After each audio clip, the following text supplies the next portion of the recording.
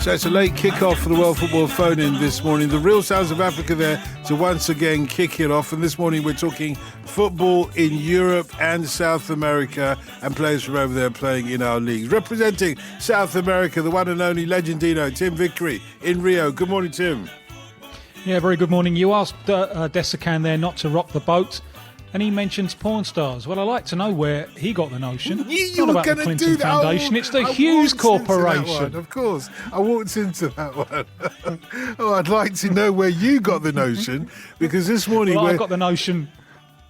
I got the notion because I'm allowed to do stuff like that tonight because it's 21 years tonight. It's our 21st birthday. It's our 21st birthday. We've grown up finally. Yeah. World Football Phone-In. World Football Phone-In. We don't expect the key to any doors, but the key to a few hearts. That would go down very nicely. Happy birthday to us. Happy birthday to us. Or as we say in Sweden, Ja må vi leva, ja må vi leva, ja må vi leva ut i 100 år. Ja visst ska vi leva. Ja visst ska vi leva, ja visst ska vi leva till 100 år. Yeah, try and do that. You've got the notion. Anyway, we're taking a new boy off the bench this morning, you know, for our Europe correspondent. Do you know who that is? I don't. Please tell me. Tim, meet Mark Meadows. Hello, Mark. Hello there from Berlin. Good morning. Good morning to you. Yes, Gosh. 21 years and my debut. Interesting. Well, interesting. And as it's your debut, you've got to sing happy birthday in Swedish. Oh, that's tricky as I don't speak any Swedish. Okay, I can do it in German or Italian or French, whatever you want. Well, we'll take them one at a time. What's a happy birthday in German?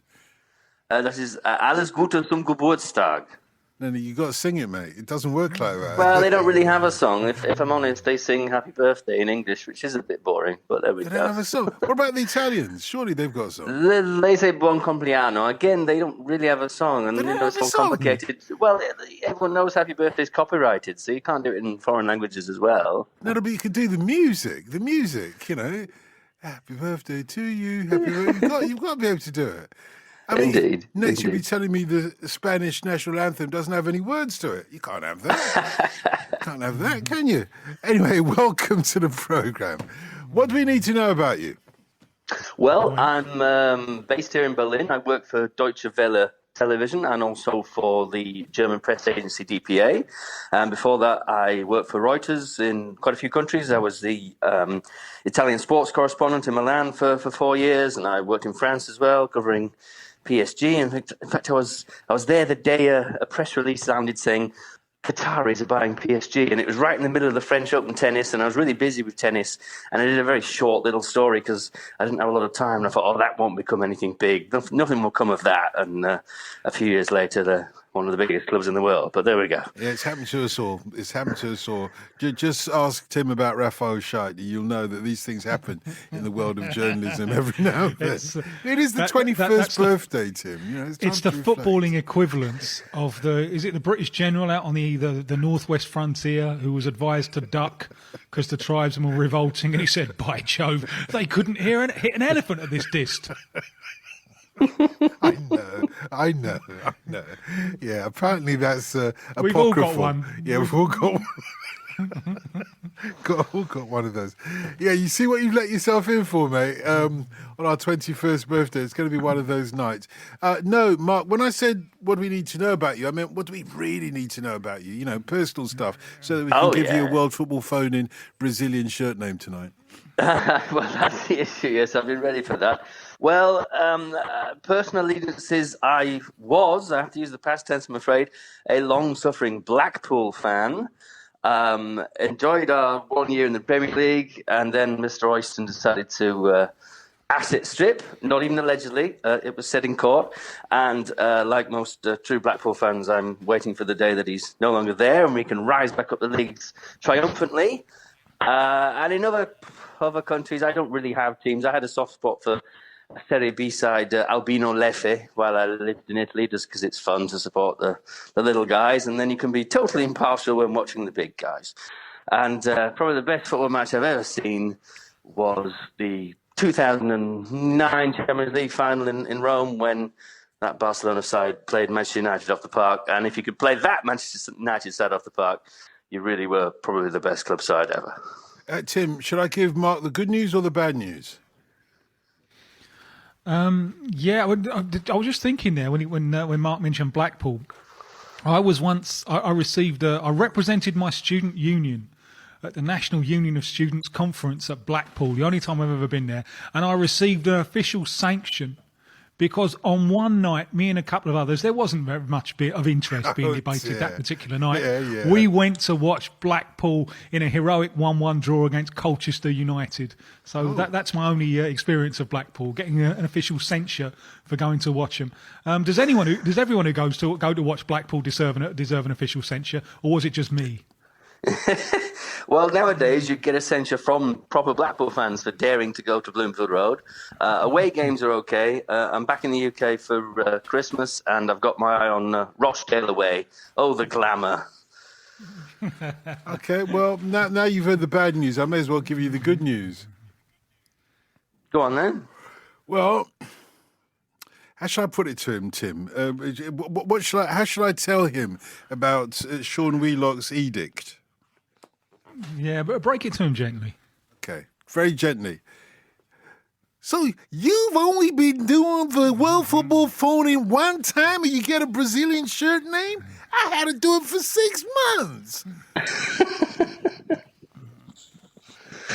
Yeah, that was the good news. That was the good news. It gets better tonight, I think mate. special dispensations for the 21st anniversary. That's true. Bear it It's in a mind. big There could be a birthday, that one. dispensation. Yeah, but it's down to listeners. It's not up to me. You know, you're talking as if Indeed. it's up to me. No, it's up to listeners, isn't it? Well, Hand it over to them. Ask them, Dotun, to phone or text in on 08085999693, and then we might get some feedback. No, the text number is much simpler, Tim. It's 85058. All right, there you go. I've been Gosh, practicing. Did you not know that? Oh wait, 21 years. 21 years, he doesn't know. 21 years. That's shameful. You go on about me mispronouncing the numbers when they change every couple of years, but man, I'm really shocked. Hoisted at by that. my own proverbial. Yeah, exactly. I've been waiting for you to be hoisted by that proverbial for some time, so I'm absolutely delighted. Now, the number to call if you'd like to join in this morning's World Football Phone-In is 08085 909 693. And as we were saying there, the text number is 85058 or email upallnight@bbc.co.uk. Let's wean him into this very gently, Tim. Do you want to give him an update of what you wanted to talk about in terms of world football from South America? Perhaps you could talk first of all about the Mr. Libertadores. Yeah, Mr. Meadows has only just arrived, and he's already robbed the biggest game in the history of South American club football. It's an outrage, because It's a European football game now, isn't it? it is. Yeah. The decision to play this in Madrid is off the scale of politically insensitive. Remember that the Libertadores is named in tribute to those who fought for the independence of South America in the early 19th century against Spain. So taking this huge showpiece occasion to the Spanish capital, it seems like an enormous historical betrayal. Having said that, the authorities, CONMEBOL, South America's UEFA, were in a very tricky position because it's difficult to see how the game could have gone ahead in Argentina. Because, as we know, the first leg finished 2-2. The second leg, the Boca Juniors team on the way to River Plate Stadium were attacked with bottles and their players were unable to complete that game. Now, according to the regulations, it's absolutely clear. River Plate have to be punished. Boca think that River Plate should be disqualified, and even after this game in Madrid on Sunday, Boca are still going to take this to the Court of Arbitration for Sport. So we may not even get a final definition on Sunday. The players will do their bit. After that, the lawyers will decide. But in order for the game to go ahead in Argentina, River Plate would have to be punished in some way. Now, that maybe would have meant playing the game behind closed doors, which, policing River Boca behind closed doors with a multitude gathering around the outside, I can fully understand why the authorities decided they wanted to take it away from Argentina, which also means from the neighbouring countries, from Paraguay, Uruguay, and so on, because there is the huge potential for a public order problem. So Madrid have thrown their hat into the ring. From the point of view of CONMEBOL, this is wonderful. This is great because CONMEBOL, who are cash-strapped and in real financial problems in the wake of the FIFAgate scandal, which really was a scandal of the Americas, they want a game. They've sold TV rights for this game all over the world. They've got to provide the game. Now they get a game in a splendid stadium, a historical stadium with guaranteed atmosphere, and the Spanish and Madrid authorities taking full responsibility for the security issue. From CONMEBOL's point of view, this is terrific. So, and this is where I want to bring Mark in. Why have Spain done it? And I can see two reasons. One is having South America's final in Europe maybe legitimizes Spain's idea of playing La Liga games in the United States, and also, and perhaps even more specifically, the 2030 World Cup, where the front runner, the sentimental favourite, is the centenary bid: Uruguay, Paraguay, and Argentina. With Argentina, by far the largest of those three countries, looking to stage the bulk of the games. However, Argentina has been unable to stage this game, and who has come to the rescue? Spain, very much a rival candidate to stage the 2030 World Cup. Do you see it that way, Mark? Do you think that's Spain's interest in this story? Totally. I mean, those are kind of the background stories that maybe people haven't thought about, but I think that's exactly behind it. Obviously, the 2030 World Cup is a long way away, but that will almost certainly have been in the back minds of the Spanish Football Federation. But I'll just play devil's advocate, because I know people in South America are upset with it and understand why, the cultural insensitivities especially. But look, I've been working on this game all week because there is suddenly so much interest in it in Europe, which there wouldn't have been otherwise. Yes, it's the two biggest sides ever in Argentina, so there was a bit of interest anyway. And yes, because of what happened before the second leg, there was increased interest. But this is massive. You know, no one's talked about Copa Libertadores before in Europe like this. And that obviously helps CONMEBOL. You know, they're suddenly on the back pages. They're suddenly getting massive TV contracts. And they wouldn't have had that if the game had been played in the Monumental. So it's a tricky one. But you know, probably in the long run for both clubs and for the whole of South American football, it will be a good thing. But yeah, the cultural insensitivity is a problem. But where else are we going to play it? I know Genoa bid because they felt they needed an uplift after the terrible bridge incident in Genoa a few months ago. But you can only really play it in a huge stadium like the Bernabeu. And obviously, Spain is the obvious place because of the cultural links. There's so many Argentinians in Spain anyway. There's direct flights back to Buenos Aires. It had to be Madrid if it was going to be anywhere outside South America, I'd say. Yeah, Mark Meadows, who's our new European football pundit there. We need a name for him. Tangerino, come on, we knew that was coming. Come on, you could do better than that on 85058. No, a tangerine name would be a dream for him. Yeah, I suppose so. Yeah, as long as Oyston isn't in the name, it's fine. Yeah, he'd probably love it, wouldn't he, Tim? So, by the way, there are certain institutions that you need to be aware of on the World Football Phone, Mark, and this is one of them. Good morning, Jen. Good morning, Dotun. Good morning, Mark. Welcome to the show. And thank you very much. Good morning, Tim. Now, Dotun, before I come to my main point, friend as you are of mine, Charlton supporter as you are, excellent presenter as you are, I have to give you one of your very rare telling us off. I know you. Now, I know. I've been expecting this for weeks, actually. So a you new, go ahead. pristine presenter, Mark, you try and embarrass him by asking him to sing Happy Birthday in some obscure languages. It should have been in Polish. It should have been in Polish, I know. Mark, it shouldn't have. I'll tell you what. I'll sing you Happy Birthday in Polish if you want. It only takes Yakshimash, please do. Right, here we go. 100 lat, 100 lat, niech żyje nam. 100 lat, 100 lat, niech żyje nam. 100 lat, 100 lat, niech żyje nam. Team Vickery, He's making that I up. know, the Tim Vickery bit. I'm not going Is to that Vietnam. Polish? I didn't make it up. That's how you see. It says 100 years, 100 years. So, if you presented for 21, another 79 years, you'll still be presenting, according to this happy birthday. It's funny you talk about 100 years, because that's the same in Swedish. You know, the Swedish one is, yes, long may he live, long may you live, long may you live up to your 100th year. There you are, to Polish, very similar, 100 very years. similar, yeah. Although I thought the melody in the Swedish one was much better. But hey, never mind me. You've had your little telling off, Doctor. I know I have. Mark, fortuitous you were in Germany, it's to do with German team. There's a Polish centre forward by the name of Robert Lewandowski. I'm sure you've heard of him, Mark. Yes, I have indeed. I told you this was an institution, mate.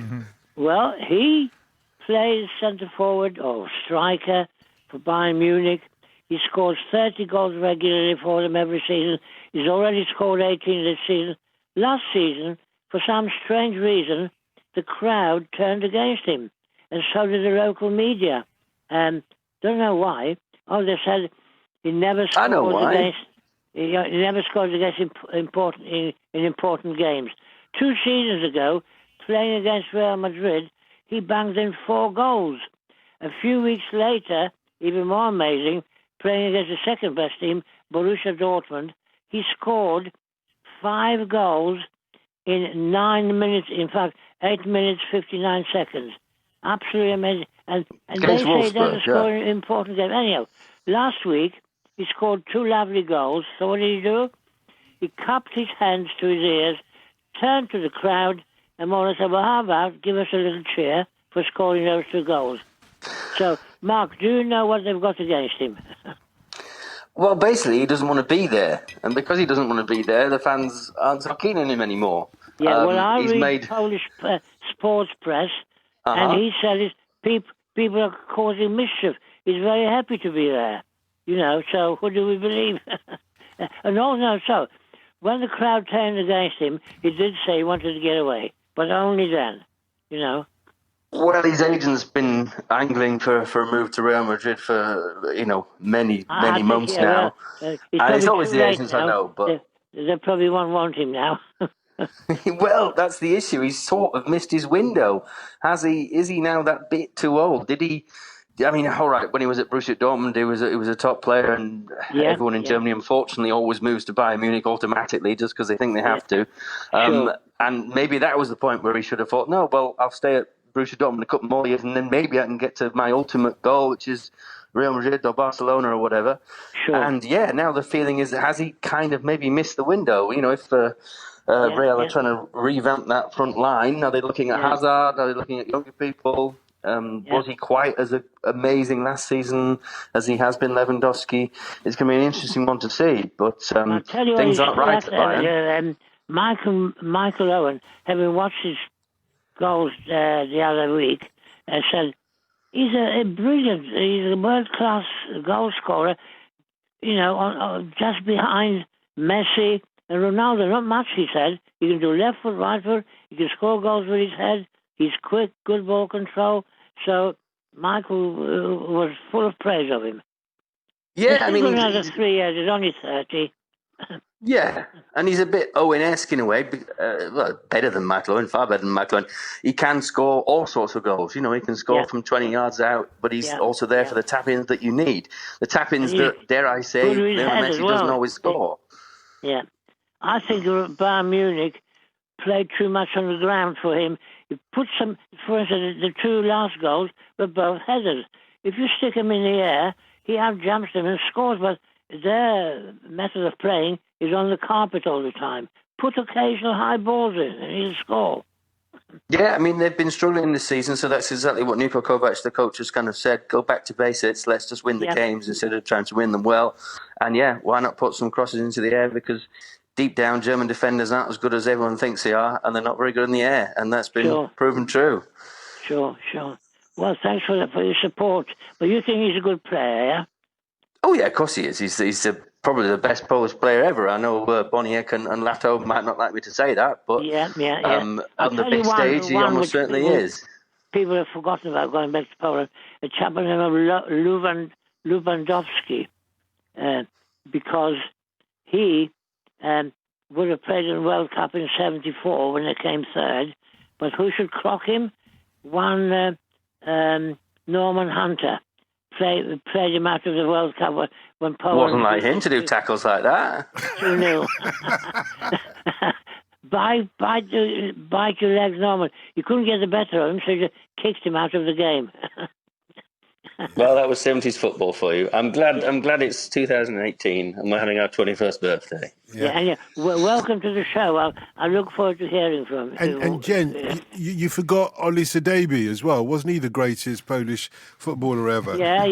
Olisa Davy via Nigeria. Exactly. You knew that I'd have that in. Anyway, I owe you a visit, sir, so get the chocolate bickies in. And I'll see you very soon, I hope. Anytime, you'll be delighted. I'll be delighted to see you. Every time you're not on air, we get texts and emails asking, where's the gent, where's the gent, where's the gent? Well, I haven't been on for about 6 months. Just to believe I haven't been very well at all, but things are getting better, so I thought I'd ring up. I'm glad to hear that. Oh, by the way, have you seen? It's not where's the gent, it's where's the gents?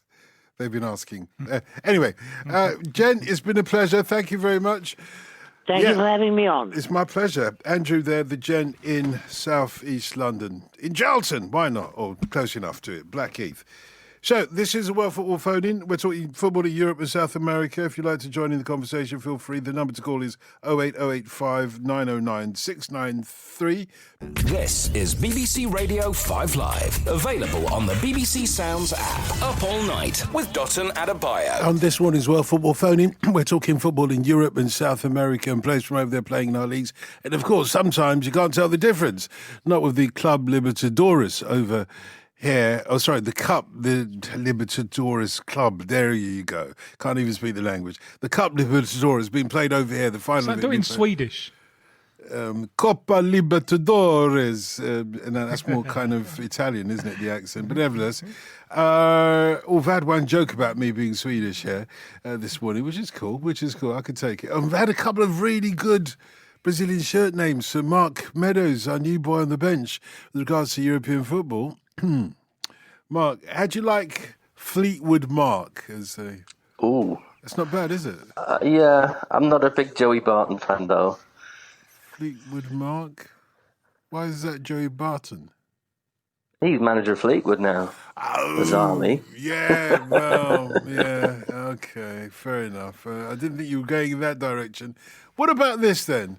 You might get that one, so just chalk it up. Make sure that you get the shirt name printed out soon, because that might be the one. How about this one? Tim, what do you make of this one?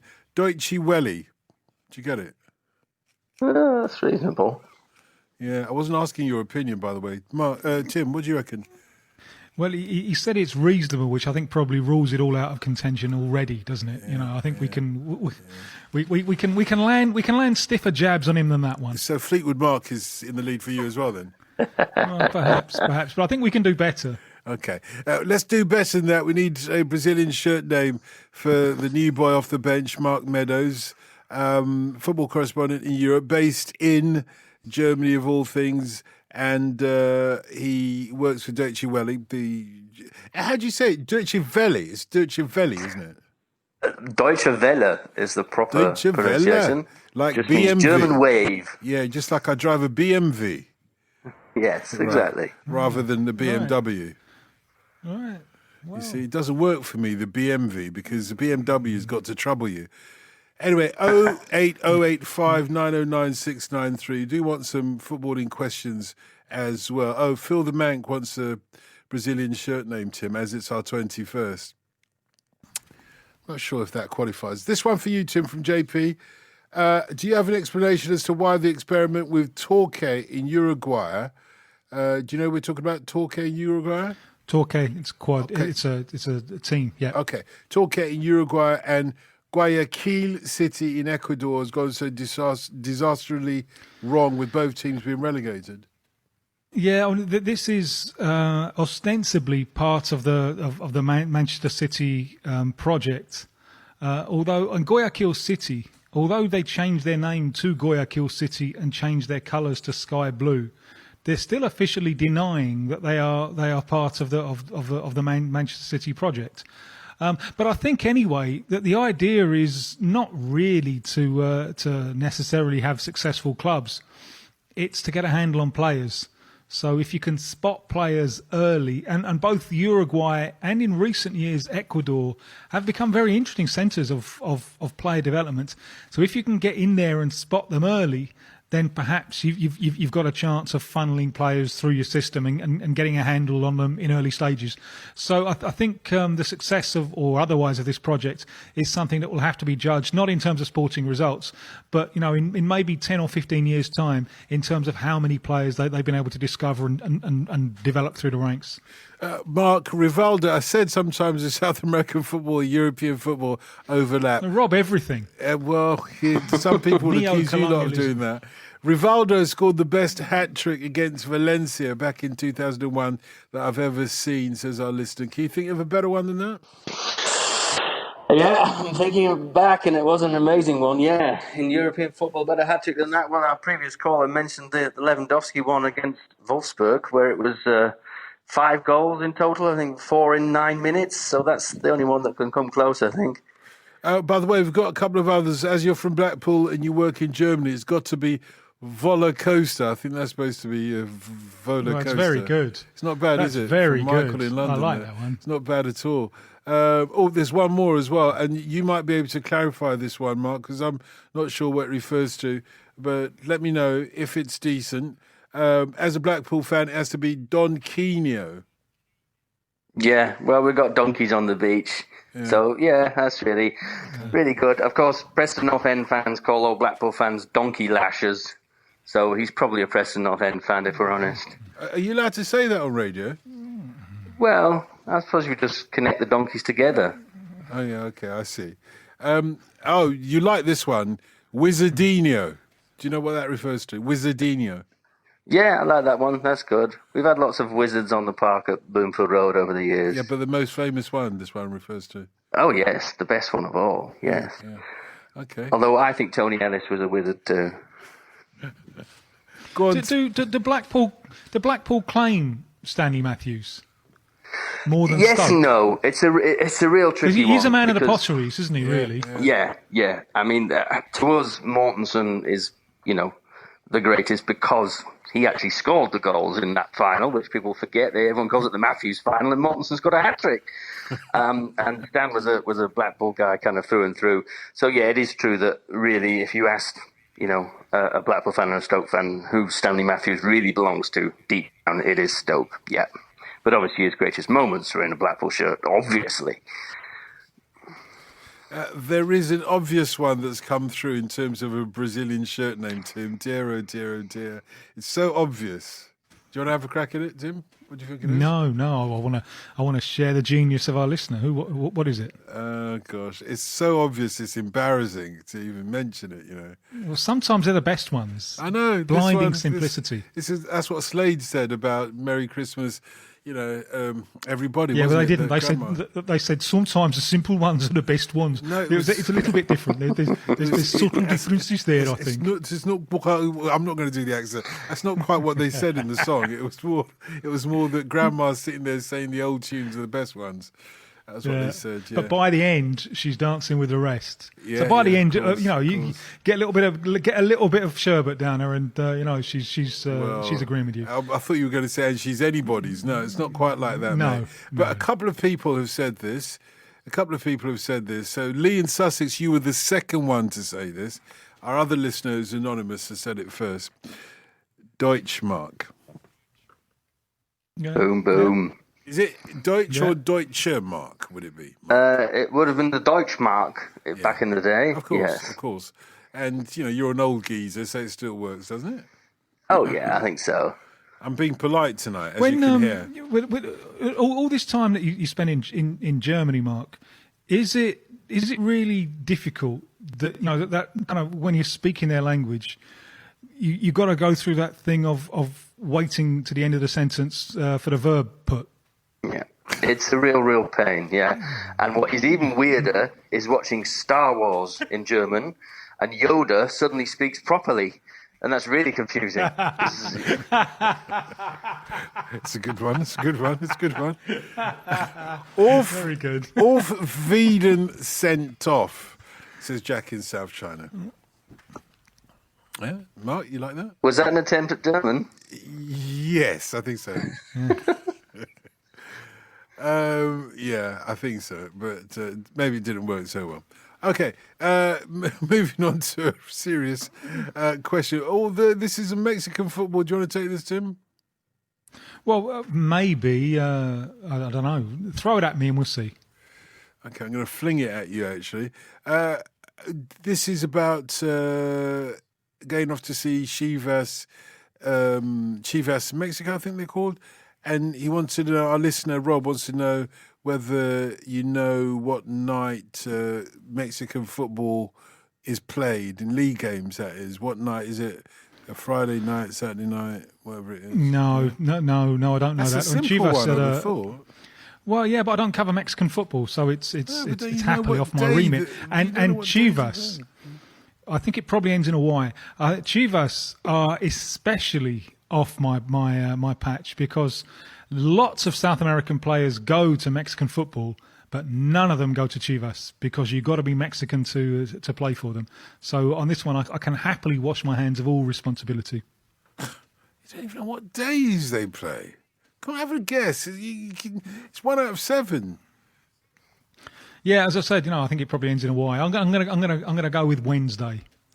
Obviously, there are games over the weekend, but I think with the kind of playoff system that they have, you've got to cram a lot of big games into a reduced space. So it could be any time, but I'm going to go with Wednesday. Did you want to have a crack at that, Mark? What days the Mexican League play their games? Yeah, I mean, what are we talking? Apertura, Clausura, all these lot. As Tim says, it could be any day of the week. You've got so many games to cram in. But football's played on a Saturday around the world, isn't it? Of course, that's our day. It has to be. It has to be. Sometimes around the world it's played on a Sunday, though. Some places around the world it's played on a Sunday, but usually it has to be a Saturday, doesn't it? Talking of which, Chelsea and Man City are playing later on today. Arsenal have also got a date with Destiny, and the stats show that when they play on a Saturday at 3 p.m, that they generally win. I think they've won 17 of their last 18 when they played on a Saturday at 3 p.m. I was hearing on 5 Live Football Social earlier on Friday evening. What difference does that make, Mark? What difference does the timing make? I think it does make a big difference. I mean, we've had such a big hoo-ha in Germany over the past few weeks about playing matches on Monday. Fans have been not even turning up for the first half of games, protesting about this Monday idea, and it actually has worked. The league have now backed down and have said in the next TV contract from I think 2021 there won't be any Monday games. So fans do care when they play, and so do players. And there's too much messing around going on that you're playing Europa League on the Thursday and then playing on a Sunday, and then the next week you're back Saturday. I think we need to get a bit of clarity on it, basically, and have it set in stone every single week. If you play this day, then the next day you definitely have a rest, and you definitely have a rest. What's really silly here in Germany is that people were playing on Monday and then were expected to play Europa League on Thursday. It's just really not fair. It's all over the place. Can we not just get back to playing games at 3 on a Saturday? Can I just ping one over to you, Mark? Because I've never been to Germany. But what interests me is how different the Bundesliga seems to be from the Premier League, which I'm sure reflects differences in English society as opposed to German society, where they've retained perhaps more of that social democratic model. How in Germany, how do they view the Premier League? Do they view it as something which is very exciting, or do they view it as something which has maybe lost its soul? And what do you think about the German model of club ownership? And do you think it could be more widely applied? Well, you're completely right in how Germans view English football. They admit deep down that it's more exciting than their league, but they also think it has lost its soul by selling out to Abu Dhabi and American NFL owners, etc., etc. And obviously they've got this 50+1 rule here in Germany, where one buyer isn't allowed to own a majority number of the shares. The club has to basically have members in a sort of different sort of way to how it works in Spain with Barcelona and whatever. But there's lots of exceptions to it.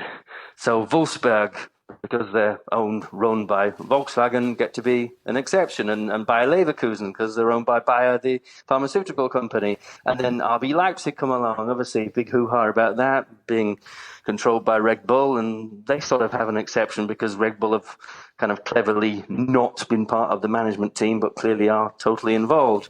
So they preach, this football holiness, and yet actually, out of 18 teams, a quarter of them get exceptions. So some people think it's a bit rich. Let's bring in Alistair, who is in Tillicoultry, near Stirling, Alistair? Hi there, yes, that's the one. Good to speak to you. I've just got a question for Tim, if that's okay. Yeah, absolutely. Alfredo Morelos, the Rangers player, is very well known here for scoring goals and his silly on-field antics. So I was just wondering if he was as famous in Brazil and Colombia as he is here. Well, not at all in Brazil, but he is in Colombia, and that they have been following his progress with Rangers and following it quite closely. And at the moment, we're in the silly season in South American national team football. It's only friendlies between the World Cup and next June's Copa America. So Colombia at the moment, they still don't know who their coach is going to be, and they've had their youth team coach Arturo Reyes in charge. So that's been an opportunity to bring in some of the young players that he's brought through the under-20 structure, and Morelos is one of them. So he had a look at Morelos. He called him up for the FIFA dates in October, and he got a run out. The thing that he did that was most of note was he blocked a shot from a teammate on the line with his backside. It didn't cost Colombia a goal because the ball rebounded to his teammate Chara, who then put it in. But he obviously didn't impress enough because he didn't get picked for the next lot of FIFA dates. But he is on the radar screen. And as Colombia will go through a generational change, and Falcao Garcia is coming towards the end of his career, Carlos Bacca is coming towards the end as well. If he can keep scoring, then he's certainly got a chance of being in the fight to be Colombia's long-term centre forward. Superb, thank you very much. Thank you for the call. I appreciate that. Yeah, thanks a lot, Alistair. 08085909693 is our number, 08085909693. So we're talking football in Europe and South America. Representing Europe is Mark Meadows, who's our new boy off the bench with regards to Europe, based in Berlin, is it, Mark? It is indeed. And I've just got my first tweet of the night with a suggestion for my Brazilian shirt name, and it's No Congressman. That's from Cleo Sharp, who's just tweeted me. That's because, unfortunately, I share a name with a US congressman, and so my Twitter is awash with American vitriol. People accusing me of all sorts of things, especially as the guy is a Trump supporter in Congress. And I have to tell everyone, no, I'm not the congressman. I just write about football. Please leave me alone. And of course, based on that, you could always say, do not mark the fields. Do you get it? Anyway. Oh, there we go. That's a decent one. Could be here all night. Could be here all night. Could be here all night. It's a good one, actually. No Congressman's a good one. What do you reckon, Tim? Yeah, no, because it teaches us some of the dynamics of US politics as well. So Desikan would be happy. And of course, the reason why this really works as well is because the person who suggested it is Cleo the Book, having her own Brazilian shirt name. So Brazilian shirt name holder suggesting a great Brazilian shirt name for a newcomer. That would be great, wouldn't it? It would be perfect. It would be synchronicity on our 21st birthday.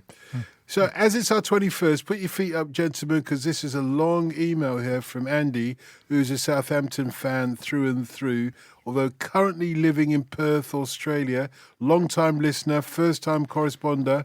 Apologies. He's enjoying the Fremantle Doctor there, coming in, blowing in there, the Fremantle Doctor.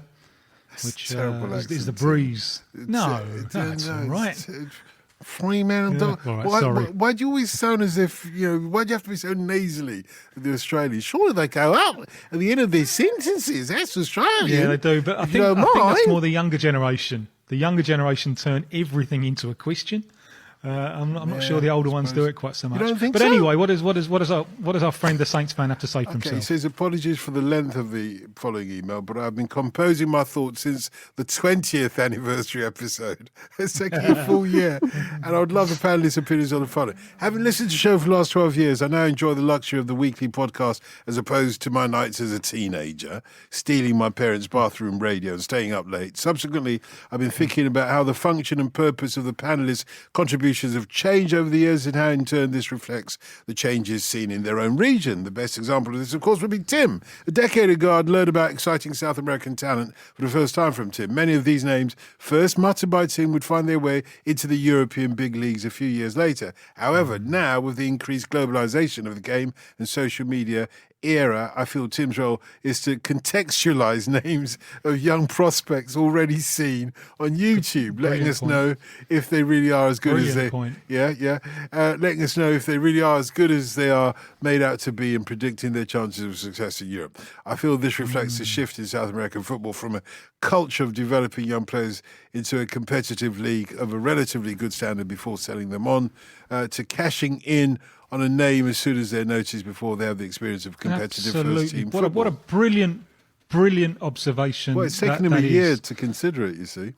It's well worth it. Yeah, of course. Considering the above, I wonder what tonight's panellists feel the purpose of their contribution to the show is and how this reflects the state of the game in their region, both now and in years to come.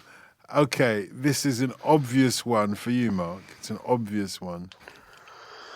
Yeah, I think contextualised is exactly the point. You know, people know about European football now, but people know about South American prospects now. We're here just to kind of help people along, and little tidbits that we might have learnt that, you know, the average person in the street might not have, because we've been in a press conference with Mourinho, or we've been at the San Siro watching a game, and we can help kind of build up a picture of what football is really like. Because what really stuns me all the time, having worked in football journalism now for 10, 15 years, is how amateurish football still is. It really is pathetic sometimes. I mean, you know, just reorganising this Copa Libertadores final, you know, one team saying we don't want to play, other team doesn't want to play, they turn up, now they want to play.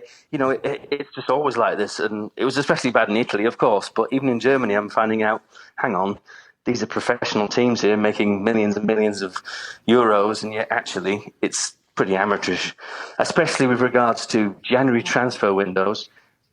Any business outside football would have pinpointed every single person they were going to buy now, and on the 1st of January, they would be signed. Yet football is still so amateurish that people are faffing around on the 31st of January trying to get the deals done. Do you find, just like the listener says, that elements of your job as a football correspondent have now become redundant, whether because of technology or otherwise? Oh, yeah, because everyone's seen the goal 100 times on Facebook and Twitter and whatever, and YouTube. You don't need to describe how the goal was scored. You need to describe why the goal was scored. Mark Meadows is our European football correspondent tonight. The lady Gino Tim Vickery is our South American football correspondent tonight. We're talking football in Europe and South America, and I can't give Mark a Brazilian shirt name. That's entirely up to you guys. So please text us on 85058. Lots and lots of texts have come in. I'll wrap through some of those suggestions in a moment or two as well. And hold your thoughts about the previous question, Mark. I'll come to you on that as well, Tim. We do have a call to go to there. I don't want to keep George in Birmingham waiting any longer. Actually, George, do you mind if I do ask you to just wait a moment longer? Do you mind? Yeah, sure, that's fine. I'll tell you why, because there's been a point of order on this World Football Phone-In. We have to go to point of orders first before we move on. Yeah, and this is from Michael in Edinburgh. Yeah, not to be confused with Edinburgh. Yeah, you'll see what I'm doing in a moment or two. He says, point of order, Dotun, the boy from Tillycoultry, remember we had Alistair from Tillycoultry, let himself down badly, in my view, when he failed to correct your murdering of the pronunciation of his town's name.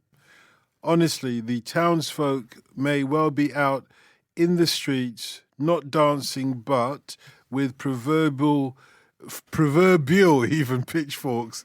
The OU is pronounced as an OO. So by rights, it's Tilly Cooltree. Yeah, not Tilly Coultree, as I said. Tilly Cooltree. I thank you, says Michael in Edinburgh. Talking of which, and do let me know if you're from Tilly Cooltree, if that's the right pronunciation of the name. If it's not, tell me, where'd you get those pitchforks from anyway?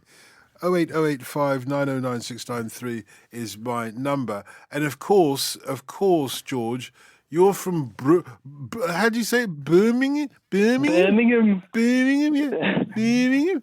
I just want to get the pronunciation right. Tim, you know how to do it, don't you? Well, I'm originally from down south, so unfortunately, that's why I'm asking Tim. How do you say it, Tim? I've been away a long time. I can't remember. That's not how you say Birmingham. Anyway, George, go ahead. Great to have you on the show, by the way, and apologies for all the fun and games. Much. Yeah, go ahead. Feel free. So I just had a question for Tim, and I wanted to ask, following the recent allegations that the European big boys such as Manchester United and Real Madrid were considering forming their own Super League separate from the current domestic leagues, I wanted to ask whether there have been talks or rumours of a similar thing happening in South America, where South American clubs would form their own Super League. Well, Tim, do you mind if we just ask Mark, first of all, if there is any credence in this top teams in Europe breaking away and forming their own league, first of all? Ask away. Well, it came out in Der Spiegel, which is a very reputable magazine here in Germany. And Bayern Munich immediately said, this isn't true, this is nonsense. There were talks, we did think about it, but basically it was just us using the idea as leverage to try and get what we want out of UEFA, which is what they got, i.e. more money for the Champions League. But then this email surfaced that no one really knows where it's come from, and Bayern Munich are on this list, along with, obviously, the big boys. Amazingly, Manchester United was still on the list, despite current travails. It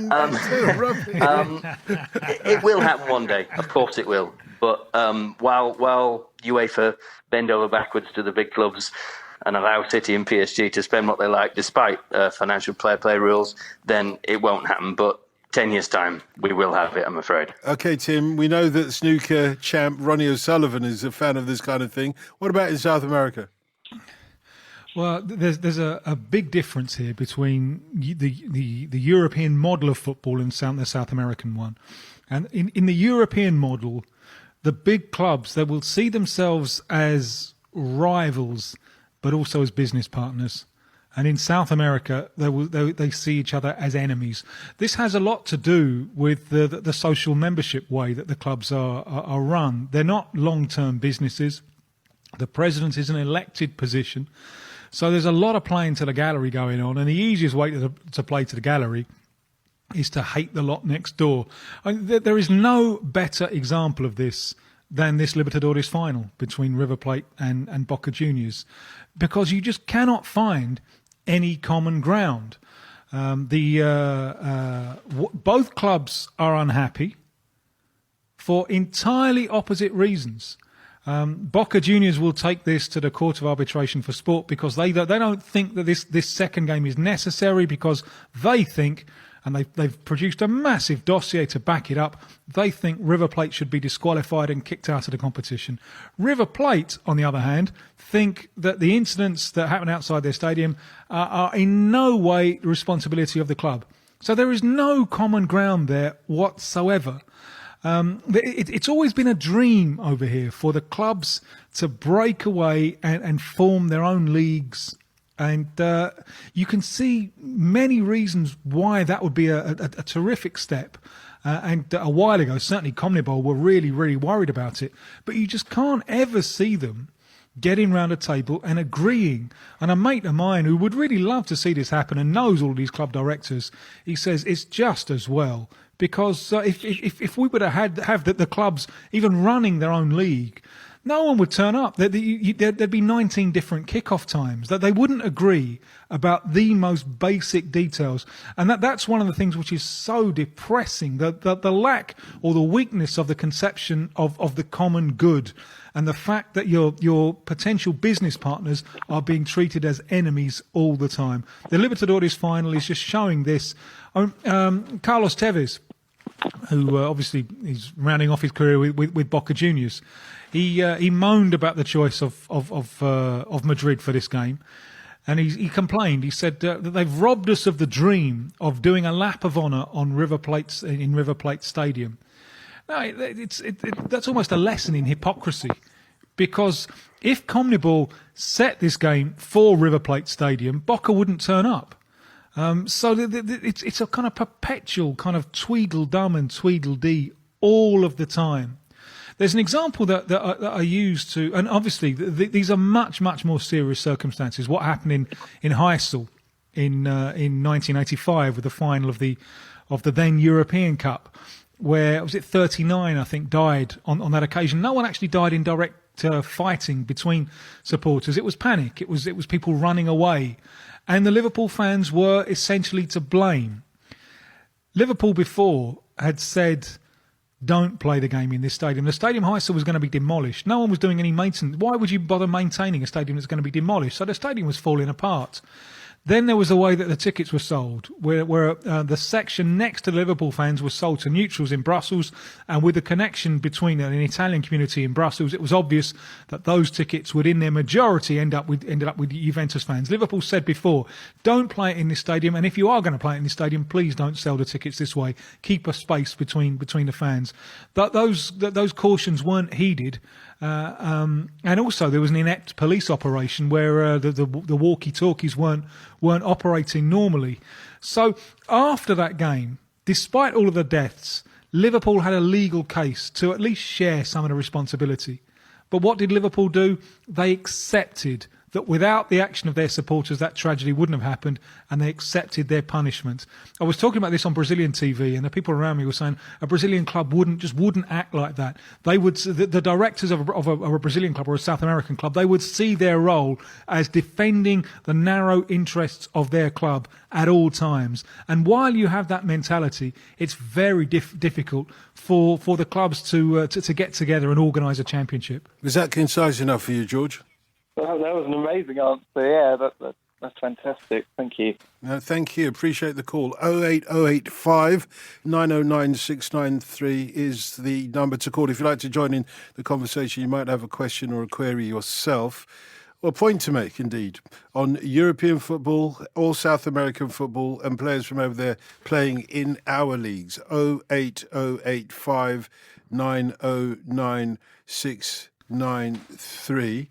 Rav is listening to us on a smartphone in Sri Lanka. Thanks for that information. I think that's got something to do with the fact that a lot of smartphones were down yesterday. We won't go into that now. In a Brummy accent, what's the difference between... Oh, no, I can't do that in a Brummy accent, but thank you. You nearly got me. Thank you, appreciate it. Better luck next time. This is from Lee in Sussex. Having listened for about 10 years to the phone-in, listening to you talk about your nephew, it's great having him now playing for my team. Oh, that's Eastbourne, is it? Yep. A club that I was actually brought up with as my dad and a few friends started the club in the 60s. Oh, well done you. Wow. My dad is now the president, having stepped down as chairman. He's playing really well. Lee from Sussex. Fantastic. It is your job to keep us informed, because Uncle Dotun's had a good word with young nephew Toby, and not happy about the way things have gone for him, but there you go. He's trying his best. Oh, yeah, we were, before the 3 o'clock news, Mark, you were talking about the way that your job as a football correspondent has changed. Doesn't technology and all the other things that constantly change the way that you do your job, can't those things be an asset? Like the emailer was saying, and that Tim agreed with, that now you're in an era where you contextualise things. That's needed, isn't it, for football lovers as much as telling us who the next new big thing is, despite the fact that we've seen them already on YouTube or otherwise. Definitely. I think it makes our job more fun as well. It's boring just writing match reports about how goals were scored. You want to get into the nitty-gritty. And, technology, I think, has helped us. I mean, it's helped us in other ways as well because, with Twitter and Facebook, you just engage so much more with fans and you get to know what fans want and what fans need. Because too much in the past, a newspaper might splash something on their back page thinking that's what people are interested in, but actually they're not at all. Well, at least now you know what the conversation is about. You know what people want to know, and I think all the mod cons in football make it more fun as well. Everyone assumed that when VAR came in, there'd be no more controversy and there'd be nothing more to discuss. Actually, there's even more to discuss because VAR is even more controversial. So I don't think you'll ever have a world where you don't need football journalism. Yeah. What listeners want tonight is to give you a Brazilian shirt name, Magic Mark Hair. Do you get it? John? Yeah. Well, I thought it was okay, Maybe I should do it in a different accent. Magic Marker. That's better, yeah. Yeah, okay, that's better. Okay, yeah. Mark Hair Mark. Doesn't work quite well. I'd have to pronounce it all the time. I'm not sure if I could do that. We've got Warren with us in Luton. Hello, Warren. You're all right. Very well. We're celebrating our 21st, though, mate. How long have you been listening? Well, it's been 10 years pretty much to the day, actually, since I became a regular listener. Wow. On our 11th birthday or thereabouts is when you started. Well done. Congrats. Well, thank you very much. How has it changed over that time? Has it improved, gotten better, or worse? I wasn't expecting that question. I know you weren't. I'll say the quality has remained at the same very high standard throughout. I appreciate that. I'll take the credit for that. Warren needs to take the credit for it. He's been an excellent second half substitute. We brought him Warren on at half time, and he's done the business for us. Yeah, I do remember that. Yeah. Anyway, great to have you with us. Yeah, go on. Yeah, thanks. I'll tell you something briefly as well. When I started listening to the show, I'd just come back from living abroad. I'd had quite a bit of bad health, and there was widespread panic about the financial crash when I got in, and perhaps your panellists will concur with me as well. There's something about our minimalist approach to street lighting in this country, which makes England in winter a particularly dark place. Yeah. Mm-hmm. So I was feeling particularly down at the time, but 2 a.m. on a Saturday morning, just for a little bit of time, the world felt like a much better place. So it's a pleasure finally to call in, actually.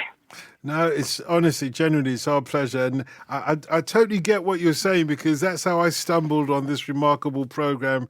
I think it was a Sunday night or Monday morning, to hear the dulcet tones of Mr. Vickery doing what was then like a 15-minute slot on South American football. And I felt that the world felt like a better place for those 15 minutes. And now went on to the drudgery of the rest of life. And now, of course, you can listen to it on a podcast and never have a dull moment in life, if you do it that way. Anyway, really, genuinely, from the bottom of all our hearts, I'm sure, appreciate all the sort of support, and the fact that you've been listening so long is great.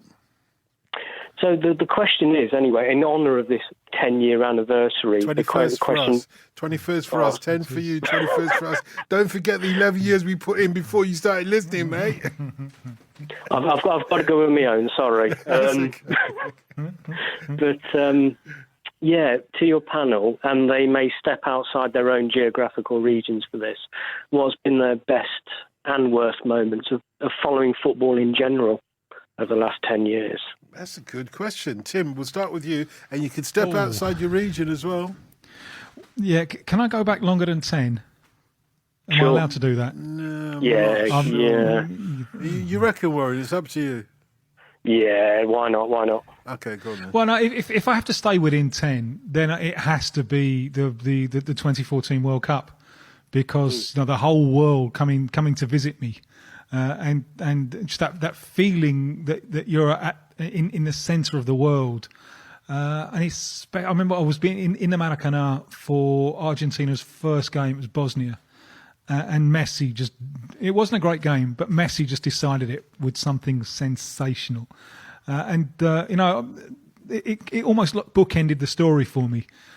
Because I'd seen him and I'd told you all about him at the start of 2005 when I saw him in the under-20 championships, this is an extraordinary talent, and then to see him do it on that night in the World Cup, in front of a global audience of billions and billions and billions. I just thought that was that was fantastic. It kind of bookended one of the great stories in the 21 years that I've been doing this. In fact, if I might just add something in, Warren, I know you're not asking me. Do you mind if I add something to this? Oh, well, the question was extended to you as well, Dotun. I forgot, sorry. Oh, well, unfortunately for me, I can't go to a World Cup reference because Nigeria always losing it. But with regards to the 2014, all our colleagues here at 5 Live felt that, like you have, the Maradona World Cup, or whoever it is distinguished themselves in the World Cup. You name the World Cup after that person. Well, we felt the 2014 was the Legendino World Cup, only because after, like he says, 21 years having thrown his hat into trying to make a living out in Brazil, this was the fruition of all that endeavour. That 2014 World Cup crystallised both his ambition and his bravery in leaving these shores and going off to some foreign field that will, of course, always remain as England. We gave them football after all, and without that football, they would have only been known for coffee and whatever else that they're known for. But we felt that was a crystallisation of all his efforts, and that it is known as the Legendino World Cup for us here in the business, in any case. Did you feel like chanting "He's one of our own" in front of the television? We should have. He's one of our own. Yeah, we should have. No, we were thinking of "Nice one, Timmy. Nice one, son." Some other chant from North London. I don't know. Mark Meadows, do you want to take this question on? It's a good one. Yeah, I think my best moment was a whole day, actually, which was in the hot summer sun of Madrid in 2010, where in the morning I managed to find the only bar in the entire city that was showing the playoff final, Cardiff City against Blackpool, and somehow we managed to beat them 3-2 to get to the Premier League in the Promised Land, despite Mr. Oyston. Yeah. And then in the evening, it was a Champions League final, Inter Milan against Bayern Munich. I'd covered the whole of Inter's treble season from Italy, and this was the culmination of it all. And I just knew they were going to win, and I knew Diego Milito was going to score 2 goals because I just watched the transition of that Mourinho side the entire season, and I knew that moment was the culmination of it all. And after that moment, everything would fall apart because Zanetti was getting too old, Maicon was getting too old, Julio Cesar was getting too old, Milito himself was too old, Eto'o was too old. They just reached their exact peak in that one game. And of course, Mourinho, being Mourinho, had to steal all the limelight afterwards in the press conference, announcing he was leaving for Real Madrid. But that day as a whole was my best football moment, without a doubt. And of course, my worst was when we were relegated 9 months later. Have you been surprised by Mourinho's problems at Man United after witnessing Mourinho at his peak at Inter? Have you been surprised by how disappointing United are? Yes and no. I mean, when he was at Inter, it was obviously the perfect time because Juventus were in a rut, AC Milan were in a rut. He knew when he went there he was going to win 2 Serie A straight away. It was easy. Obviously at Real Madrid it was a bit tougher when he had Barcelona there, but he had such immense players in that Real Madrid side, and of course did win 1 title during his time there. I think even Guardiola would have difficulty with this current Manchester United team. I mean, when you've had someone like Ferguson there for so long, to have to rip that up and rebuild it is so difficult. But you just wonder why there wasn't proper succession planning at Man United. I know Fergie was waiting for a title, and when he knew he was going to win another title, that was when he was going to go. But the board, Woodward, they should have realised that. They should have thought, hang on, this guy's 70. We're going to win the league here just because of Robin van Persie. We're not actually that good. It's all built on sand. Surely now he's going to leave, and he kind of shocked everyone by suddenly announcing it. And they should have had Guardiola in their pocket. It should have all been planned. But obviously with the links between Manchester City and Barcelona, it was obvious that Guardiola would end up there. But I think even if Guardiola was at Manchester United now, things wouldn't be quite right because after so many years of Ferguson, it's just impossible, isn't it? There's no real comparable story in world football, really. Warren, we'll have to turn your question back onto you. What have been your best and worst moments in following football in the last 10 years? Well, I'm a Forest fan, so there's been minimal highlights. We've barely got above base camp over the past 10 years. I suppose the worst one would have been 2011. We had a playoff semi-final against Swansea. I was living in Spain at the time for the second leg. I thought, well, there's going to be no places where I'm living showing the game. So I travelled about sort of 80 miles by train to Malaga, thinking, oh, there might be some Forest fans, fellow fans, on a stag night. We'll go and watch the game with them. Of course, I went round all the bars in Malaga. Everyone was Nottingham Forest. Who is this? But eventually, I found one place that showed the game. Of course, we lost. In the very last minute of the game, Robert Earnshaw hit the post, which would have sent the game into extra time. I went completely mad in the bar, and all the locals just looked at me. Why is this Englishman getting so uptight about this inconsequential game on the television? And that was a pretty depressing moment. And afterwards, I went on a bar crawl, which I'd signed up for at my hostel, and I don't think you've ever seen a man look so miserable on a bar crawl. That was the lowest moment, I think. How about the best? It's hard. I suppose a couple of years beforehand, when Forest got promotion from League One up to the Championship, I suppose that was about as good as it got, really. After 2 or 3 years, really in the doldrums. Yeah, I think that would be about it, really. Of course, England over the summer as well. It wasn't too bad, was it? Yeah. It sounds like you need some cheering up, mate. So I'll just say 3 words or 3 names. Pierre Van Hooijdonk. Are you cheered up now?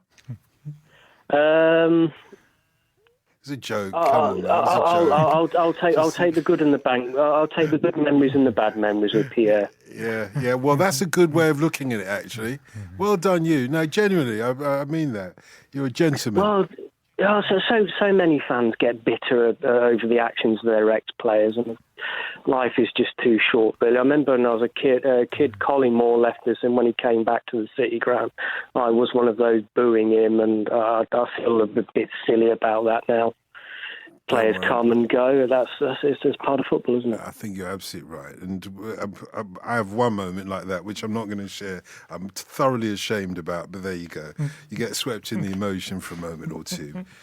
Yeah, great speaking to you, mate. And keep listening. Another 10 years to go at least. Reminds me of when I met Alan Smith. Alan Smith, the former Arsenal for Leicester, and Alan now a very, very fine football correspondent. Brilliant. And I had to confess, Alan, I'm really sorry, mate. I said, from the terraces, I said lots of horrible things about you, and can I take this opportunity to take some of them back? And he smiled. I liked him even more after that. All's fair in love or war, you know that, and football too. Well, he did once say, this is a Lineker story, that he was in when they were playing together at Leicester, that the referee was reaching for his cards, after Alan Smith went in for a challenge, and Alan Smith ran over to him and said, "Excuse me, referee, are you aware of my disciplinary record?" And you got to love someone who comes up with a line like that, don't you? Warren, thanks very much. You cheered us all up. Cheers. And Mark, have you got any confessions from the terraces as well? Oh yeah, well I remember a great day. Well, it wasn't so great, but the old Bloomfield Road, before they knocked it down and built the new one, it was Blackpool against Watford, and Graham Taylor was on the bench. And Jason Lee was there with him on the bench, and he decided to put him on, which was a bad idea. So Graham Taylor gets up, Jason Lee gets up, and of course from the terraces, a turnip and a pineapple land on the pitch. Of course. But it wasn't me, it was my mate. Yeah, of course it was, talking of which, Faisal in Birmingham's got a bone to pick with you. Well, not a bone, it's a question. First for news and the best live sport. This is BBC 5 Live. Up All Night with Dotun Adebayo. Yeah, we've got to get a Brazilian shirt name in the next 23 minutes or so for our new European correspondent, Mark Meadows. Thanks a lot for all the ones you've been sending in so far. You know that Pick Me Up Buttercup song, Tim? Do you want to sing it or shall I? Build me up, but it's the foundations. Yeah, exactly. Well done. Up, yeah, okay. How about let me down? How about on the brain now? Yeah. Yeah. How about this? I'll let you finish. Yeah. Sorry. No. We'll raise the white flag when you're done.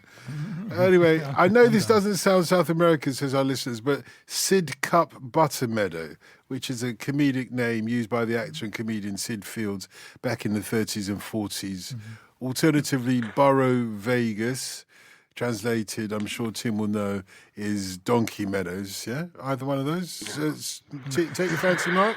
They're pretty good. I have got quite exotic names in foreign languages if it's translated. Mark Meadows is very Lancastrian, but in Italian I'm Marco Campodifiori. Marco, okay, Marco. In French, Marc Deschamps. Ooh la la. Marcus Visa in German, but the best is obviously Spanish, Marcos Vegas.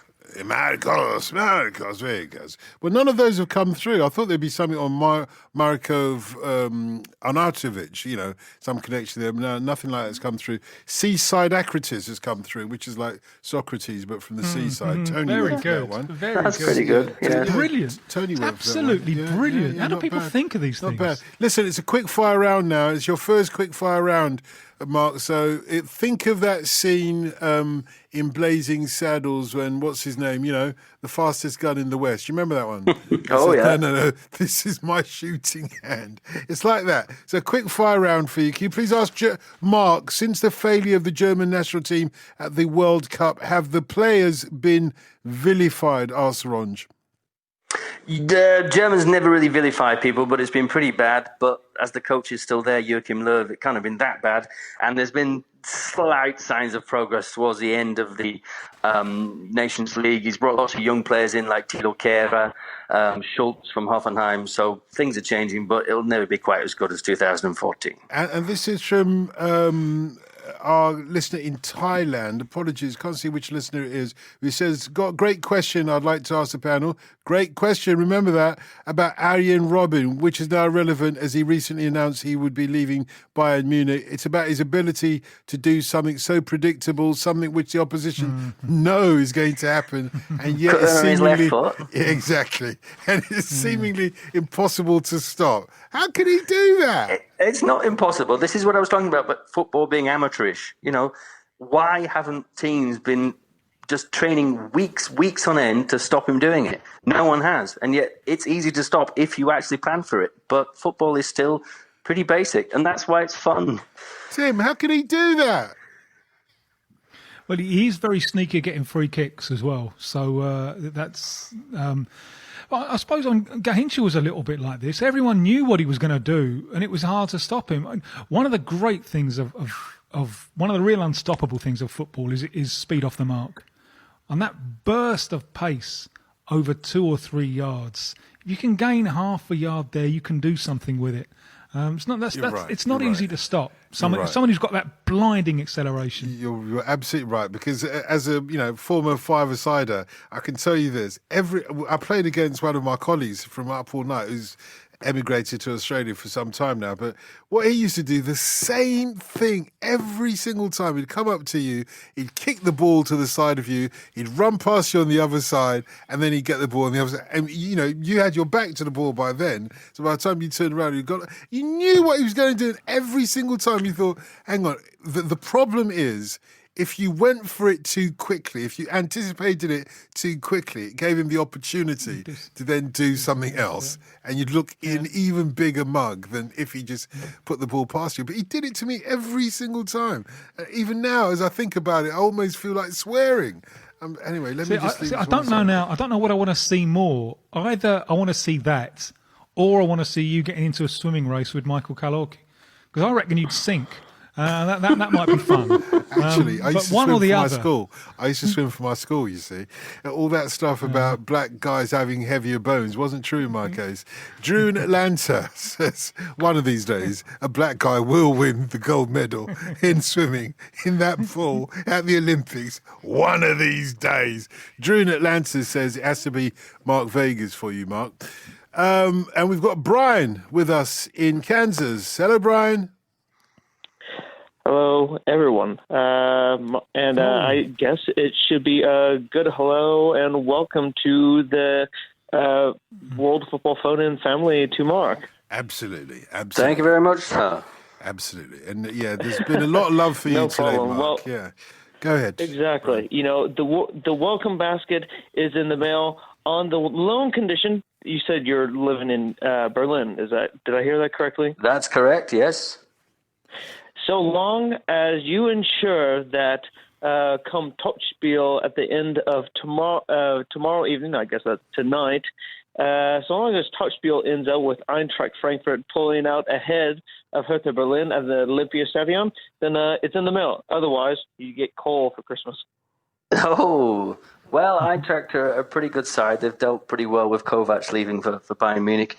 Eddie Hutter's come in and he's not really changed anything. He's just kept it the way it was. You know, 3 great forwards there. Obviously, people know about Rebic from the World Cup, but they've got Sébastien Haller, this French guy no one really knew much about, and he's come in and he's just banging in the goals. He's a very, very dynamic striker. He's brilliant. With his head, with his foot, he can do everything. So they should be top 6 by the end of the season, definitely. You should have said. Here's hoping. Yeah, Brian, you should have said. I mean, you should have insisted that he would have to, because you being our resident tenor on Up All Night's World Football Phone, and you should have insisted that Mark, because he had a lame effort in telling us how to say happy birthday in German earlier on, without the song, without the melody. I think it's Hab zum Geburtstag, I think. Yeah. Well, I thought he should go for Mussi den, schön Städteleitenhaus, Städteleitenhaus, I don't know the rest of it, but, Wooden Heart. I think in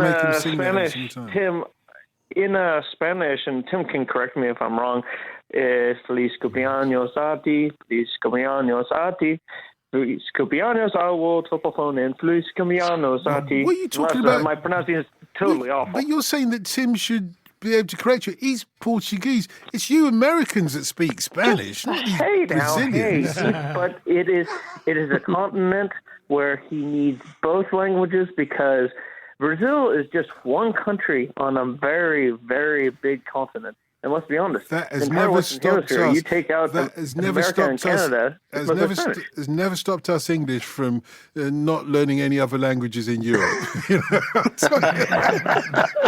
or in the entire world, actually. So, speaking of the world, Dotun, the reason why I figured I would phone you guys up is so. The Women's World Cup comes on this summer, coming in France, 2019. The draw is actually coming up in just a couple hours' time in Paris. What do the experts think is gonna? What are the expectations for the Women's World Cup from in the southern part of the Western Hemisphere and Tim's part of the world? Chile is having their very first opportunity to play in the Women's World Cup. Argentina has returned. What can we expect will a European title winner pop up? I mean, there's other debutante countries such as Scotland and Jamaica who are also making their presence known. And I know that France, Germany, and England are the 3 European countries to expect great things from, aside from my own United States of America.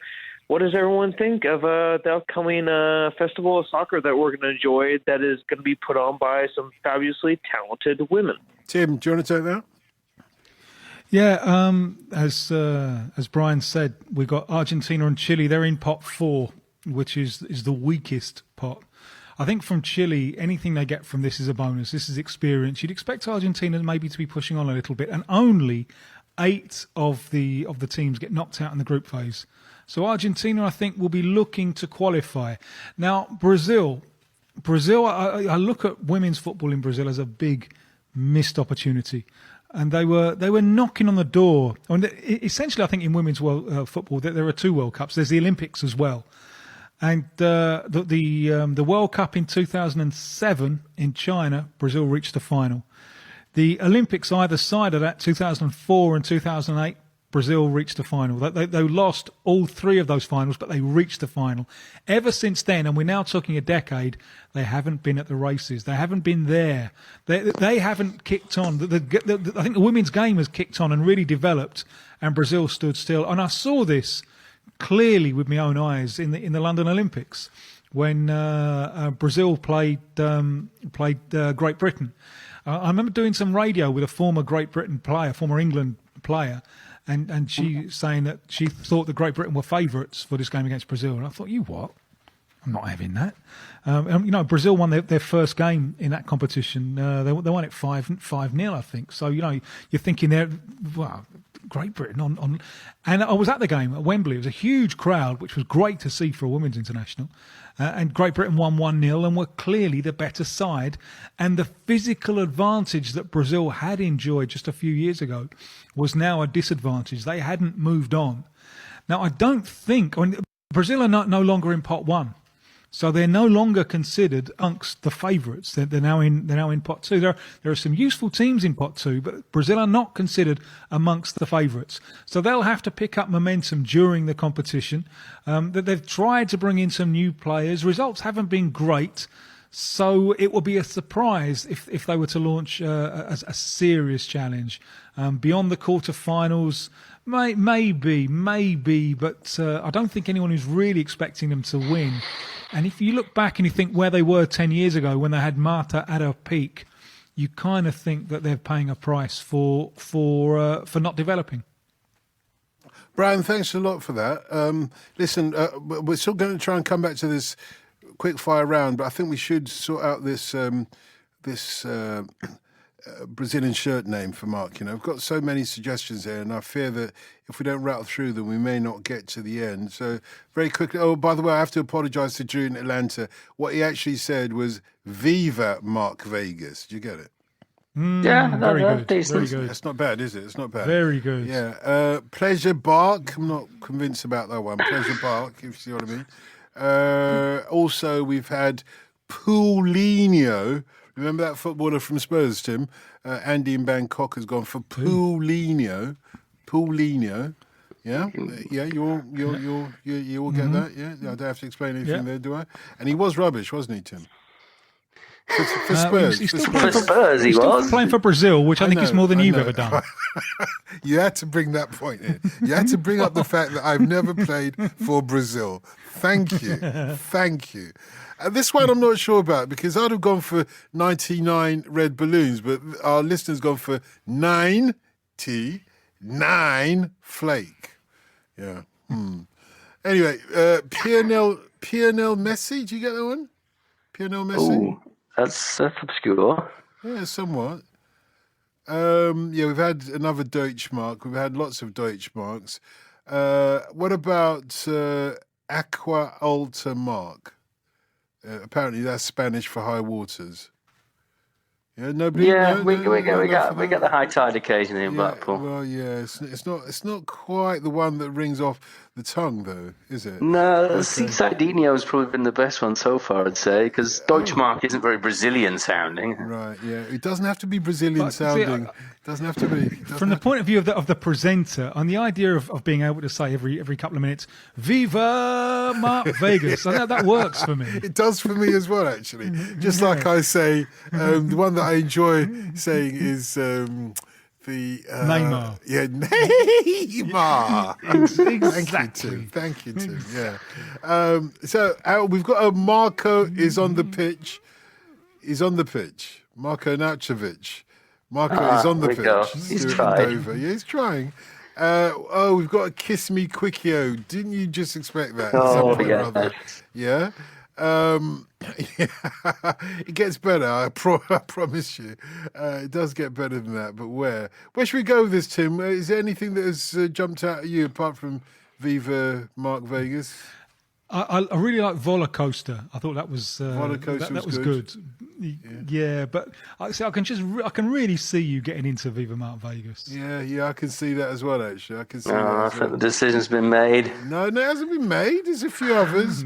I mean, if you'd rather go for the more sort of Germanic ones, there's a lot in German that I don't know what they mean. Is it Rabbit Hutch? Is that anything? That's Ralph Hasenhuttl's sort of translated name. Okay. He had to explain in the Southampton press conference this week, which was rather unfortunate for him. It was Jurgen Klopp's fault, actually. Jurgen Klopp set him up. Okay. And you didn't like Magic Marker? It's all right. I just like a bit of flair. Okay. But you like the Seaside Dino? Yeah, that was reasonable. Or Seaside Otters. What was it? Seocrates. Was that the one? Yes, that's the one. Yeah, that's the one. Right, Seocrates. Okay. Well, you're not getting that. You're not getting that. So you can forget that. Rip that one up. It was nice thought, though. Nice thought. This one. Oh, you'd love this one. You're going to love this one. David in Norwich has gone for, as a fan of the League of Gentlemen, I think your Brazilian shirt name should be Oysten Vasey. Oh, no. I thought you'd like it. Made me come out in a rash. Oh, you definitely don't want that. So that's what I'm getting, you mean? He learns quick, though, doesn't he? He's quick. He does learn quick. It takes a while, but he finally gets there, Tim. Finally gets there. And I liked Tangerine Dreamer from Ed in St Anne's, you know. That's not a bad one, is it? Yeah, I'm still dreaming that we didn't lose to Manchester United in that last game and we somehow stayed up. Yeah, it doesn't work like that, mate. You keep dreaming. Blackpool Rockadinho? Blackpool Rockadinho. Did you get it? Yeah, rots your teeth, though. Terrible stuff. It does, yeah, I know.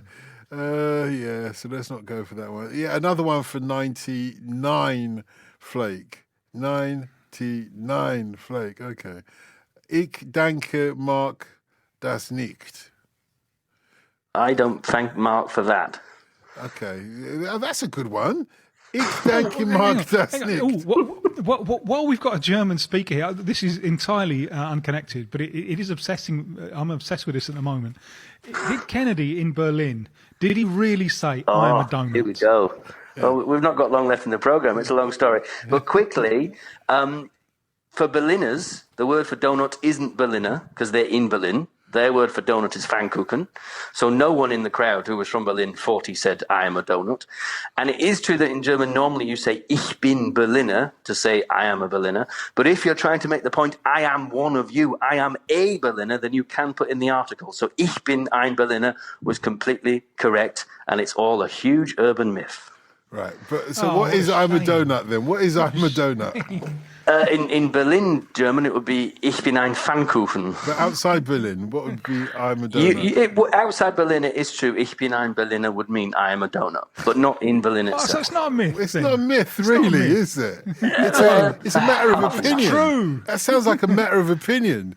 Whether you're in Berlin or you're not in Berlin, it's not a myth. I wouldn't call it a myth. Ask not, Mark, what your country can do for you. Exactly. Ask how we can maintain the truth of this story. And of course, the real phrase is ask Mark. Mark, ask not which Brazilian shirt name you'd like. Ask which one you wouldn't like.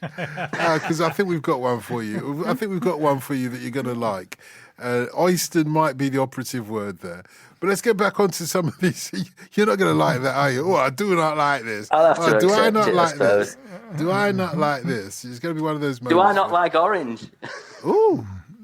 Do I not like orange? You know, orange aren't the only fruit. Indeed. Well, that's what Graham Taylor said, isn't it? After Holland got that draw with us. I know. Mr. Koeman did a bit of trickery. Rohin wants to know if I can ask you, Mark, about the history and fan culture of Union Berlin and how it differs from that of its cross-street city rival, Hertha. Sure. Yes. You couldn't find a city with two more polar opposite clubs, really, both in terms of geography. Hertha Berlin are way out in the west at the Olympiastadion, and Union Berlin are way out east in the Outer Forsterei. And Union Berlin is a very family-friendly club. It kind of seen as kind of radical, left-wing kind of club. They don't really do what they're told. They quite like being a second division team. They keep on threatening to go up to the Bundesliga, but deep down, no one really wants them to go up to the Bundesliga because then the whole sort of ethos of the club will change. I was there recently, and I was with a member of my family who had a pushchair, and they wouldn't let us take a pushchair in. And that annoyed me slightly because I thought, well, how are you a family-friendly club if you won't let us bring a pushchair in? But otherwise, it is an interesting club, and it's right next to a forest, and the fans just pack the place out every week. But deep down, they're one of these clubs that actually don't want to go up, a bit like St. Pauli. Faisal in Birmingham says, given that you're from Blackpool, I've got a question for you regarding Blackpool's FA Cup replay with Solihull Moors. I'm a Gooner, born in Solihull. I followed the cup draw this week, excited, nervous by Solihull's chances. What are your thoughts? Can Solihull make the third round or not? In some senses, I want them to, because Blackpool fans don't really want this game against Arsenal to take place, because they're worried then that people will actually come to Bloomfield Road and people think everything's hunky-dory. But I think if Blackpool do prevail, it is going to be a big news story, because Arsenal are going to turn up and it's going to be pretty much empty, because as many Blackpool fans as possible are going to boycott it to finally get rid of my favourite person, Mr. Oyston. James in Croydon, this is one for both of you. Disappointed about Messi being ranked 5th in the Ballon d'Or. So who would your Ballon d'Or winner be? Tim first. Well, I think it's one for Mark, really, who sees much more top-level European football than me. My only comment on this, I think, is that people give it much more importance than it really deserves. And I think Messi would probably agree with that. Well, aren't Argentinians upset about him being ranked 5th in the world? Well, they've got plenty on their plate at the moment with Boca and River, so it's you know, so it's he's not been relegated to page. 5th importance in the news. Then. Yes, I get it. Yes. I get it. So, Mark, who would your Ballon d'Or winner be? Would it be Modric? Was the right choice. You know, you've got to judge it on the two big events of the year in top world football, with a World Cup and a Champions League, and he won the Champions League, and he took an unfashionable team to the final who'd never been there before. It had to be Modric. That's why he won all the other awards as well.